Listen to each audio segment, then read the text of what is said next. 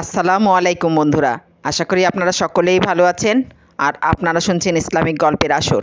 আজকের এই ভিডিওতে থাকছে হজরত নূহ আলাইহিস সালামের সাথে ইবলিস শয়তান চক্রান্ত করে সারা বিশ্বে যেভাবে মাদকের সূচনা করেছিল সে সম্পর্কে একটি বিস্ময়কর সত্য ঘটনা আজকে আপনাদের শোনাবো। আশা করি ঘটনাটি আপনাদের ভালো লাগবে ইনশাআল্লাহ। আমাদের চ্যানেল নতুন থাকলে লাইক কমেন্ট শেয়ার করতে ভুলবেন না। আসসালামু আলাইকুম।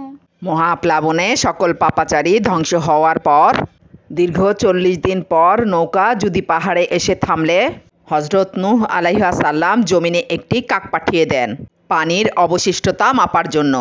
কিন্তু ভূমিতে পড়ে থাকা মৃত মানুষ এবং বিভিন্ন খাবার দেখে কাক সেগুলো খেতে থাকে আর পুনরায় ফিরে আসে না। এতে নূহ আলাইহিস সালাম অত্যন্ত অসন্তুষ্ট হয়ে যান এবং আল্লাহর কাছে ফরিয়াদ করেন।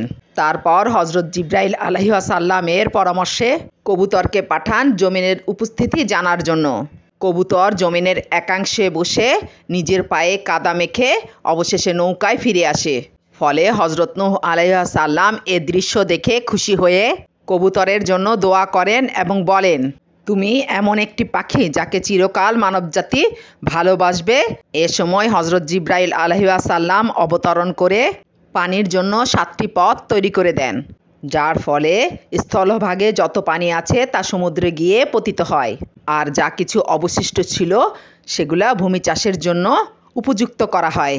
হজরত নূহ আলাইহিস সালাম নৌকা থেকে বের হয়ে মহান আল্লাহ তাআলার হুকুমে তার কাছে সংরক্ষিত সকল বীজ এবং বৃক্ষমূলকে জমিতে ছড়িয়ে ছিটিয়ে দেওয়ার আদেশ দেন এবং তার সন্তানরা তার আদেশ পালন করতে থাকেন।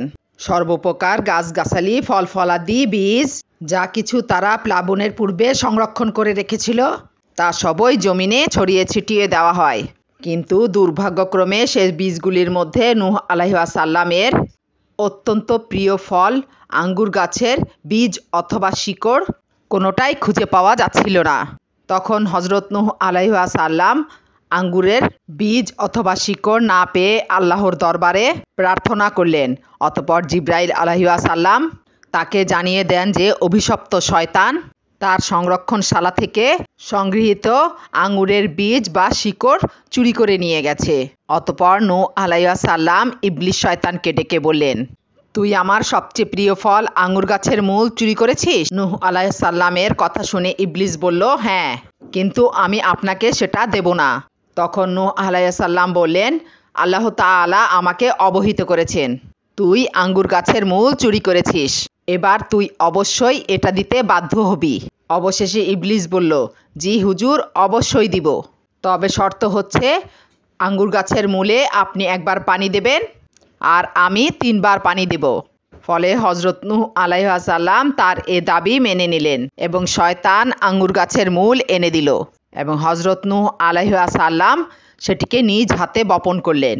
পূর্ব পরিকল্পিত শর্ত মোতাবেক নূহ আলাইহিস সালাম 1 বার এবং শয়তান 3 বার করে গাছে পানি দেয়। অভিশপ্ত ইবলিস 3 বারে তার মলমূত্র ও শূকরের রক্ত এনে আঙ্গুর গাছের মধ্যে ঢেলে দিত। ফলে যে আঙ্গুর মিষ্টি হয় সেটা হজরত নূহ আলাইহিস সালামের পানি দেওয়ার ফলে, আর এই আঙ্গুর থেকে যে মদ তৈরি হয় তা অভিশপ্ত ইবলিসের অপকর্মের ফল। তাই মদ্যপানের পর মানুষ যখন মেজাজ হারিয়ে ফেলে তখন তার মধ্যে শেয়াল, বাঘ এবং শূকরের বিভিন্ন মন মানসিকতা প্রকাশ পায়। কেননা মদ্য ব্যক্তি কখনো হিংস্র, কখনো অশ্লীল, আবার কখনো বেখেয়ালি। আর আমরা সকলেই জানি যে প্রত্যেক বস্তুর মাঝে এর প্রতিক্রিয়া থাকে। তাই তো প্রবাদ রয়েছে, সর্ববস্তু তার মূলের দিকে ফিরে যায়। আর এটা সেই অভিশপ্ত শয়তানের কুকর্মের ফল। এবার ইবলিস হজরত নূহ আলাইহিস সালামকে উদ্দেশ্য করে বলল, হে নূহ, আমার ওপর আপনার অনেক দয়া ও করুণা রয়েছে, তাই আপনি আমার নিকট থেকে কিছু একটা কামনা করুন। তখন নূহ আলাইহিস সালাম বললেন, ওরে অভিশপ্ত ইবলিস, তুই আমার কোন গুনাহে খুশি হয়েছিস যে আমার এমন প্রশংসা করছিস? তখন ইবলিস বলল, হে নূহ, আপনি তো কোনো গুনাহ করেননি, বরং আপনি এমন দোয়া করেছেন পুরো পৃথিবীতে আমার বেঁচে থাকার সকল শাগরেদকে আল্লাহ ধ্বংস করে দিয়েছেন, শুধুমাত্র আমাকে ছাড়া। অবশ্য তারা চিরকালেই আমার সাথে জাহান্নামে অবস্থান করবে। এ কথা শুনে হজরত নূহ আলাইহিস সালাম অত্যন্ত ব্যথা পেলেন, কেননা তিনি মানুষকে হেদায়েত করতে না পেরে অত্যন্ত কষ্টের মুখে বদদোয়া করেছিলেন এবং আল্লাহ তা কবুল করে নিয়েছিলেন। আর তাই পৃথিবীতে সকল কাফের মুশরিক ধ্বংস হয়ে গেছে। এজন্য তিনি পরবর্তী 100 বছর ব্যথিত হৃদয়ে মহান আল্লাহ তাআলার দরবারে কান্নাকাটি করতে থাকলেন।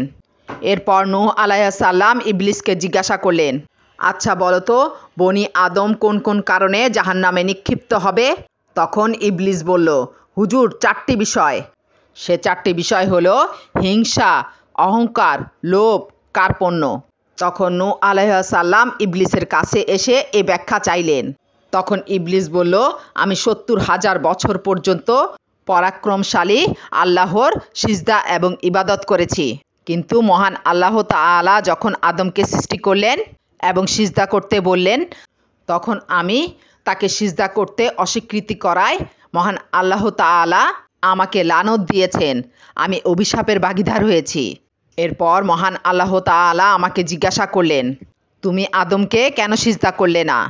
এবার আমি অহংকার করে বসলাম এবং বললাম, আমি আগুন থেকে সৃষ্ট, কেননা আপনি আমাকে আগুন থেকে এবং আদমকে মাটি থেকে সৃষ্টি করেছেন।